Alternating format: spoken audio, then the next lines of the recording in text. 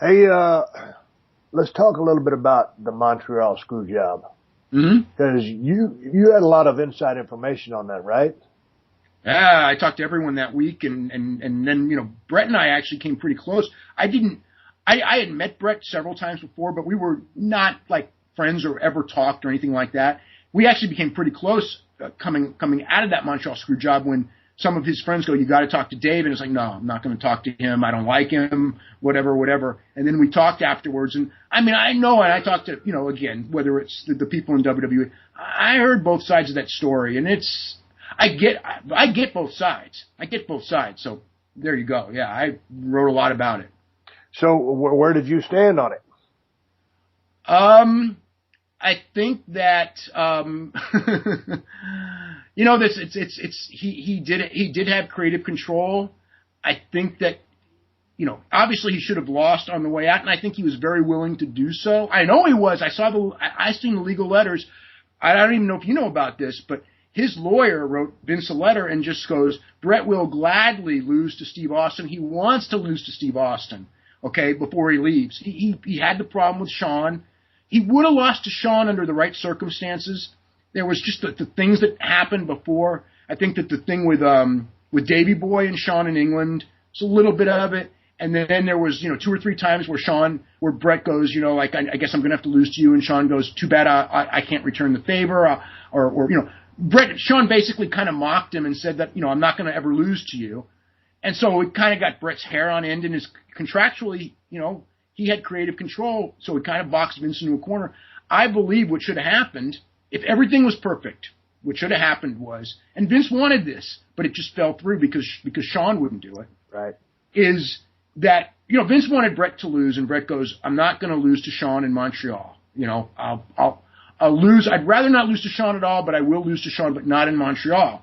I think what should have happened is that Shawn should have put Brett over in Montreal, and if he'd done that, Brett would have put Shawn over a week later, anywhere, anytime, clean in the middle. I have not a doubt in my mind that if Brett would have been professional. I know Brett, it wouldn't have been an issue, but unfortunately, then Shawn, Vince, the week of the thing on the Wednesday before Survivor Series, Vince goes to Shawn and just goes, how about, if you lose to Brett in Montreal, in return, Brett will then put you over wherever. It was Springfield, Massachusetts was actually where it's going to be. Brett will put you over in Springfield, Massachusetts, clean. Then he'll be gone to WCW, and we're all said and done, and we're good. And Shawn was, Shawn was kind of hesitated, and Triple H went to Shawn and just goes, he's leaving and you're staying. You do not put him over on the way out, and before he leaves. And so Shawn goes, I can't do it. And so Vince is caught in this corner.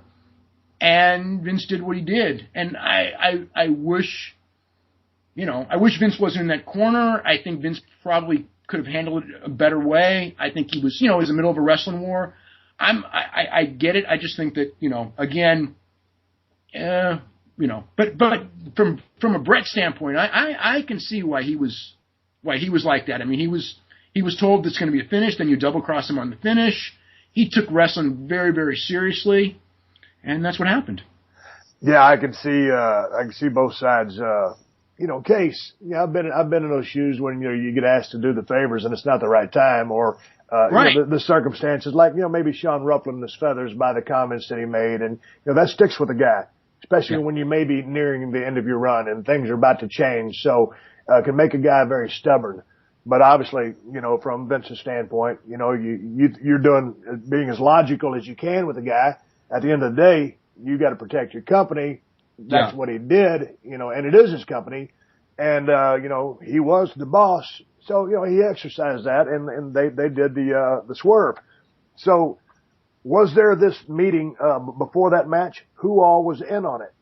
I don't know who was in on it. They always say that it was, obviously Briscoe. I've got to believe Patterson was in on it, Sarge.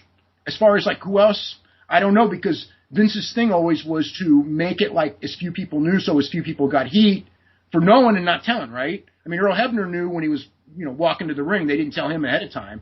They just smartened him up before he went to the ring? Right when he was going to the ring, or right before, it was like, I think they told Dave, get the bags and everything, and then and Earl you do the thing and you run out there and hop in your car. Remember, he ran into the car and he took off, from there.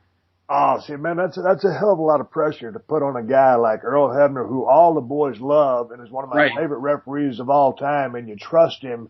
But, all of a sudden he gets dropped, this load on his back, and it's coming from the guy that pays his bills. Well, Earl had no choice. He's in between a rock and a real hard place. Yeah.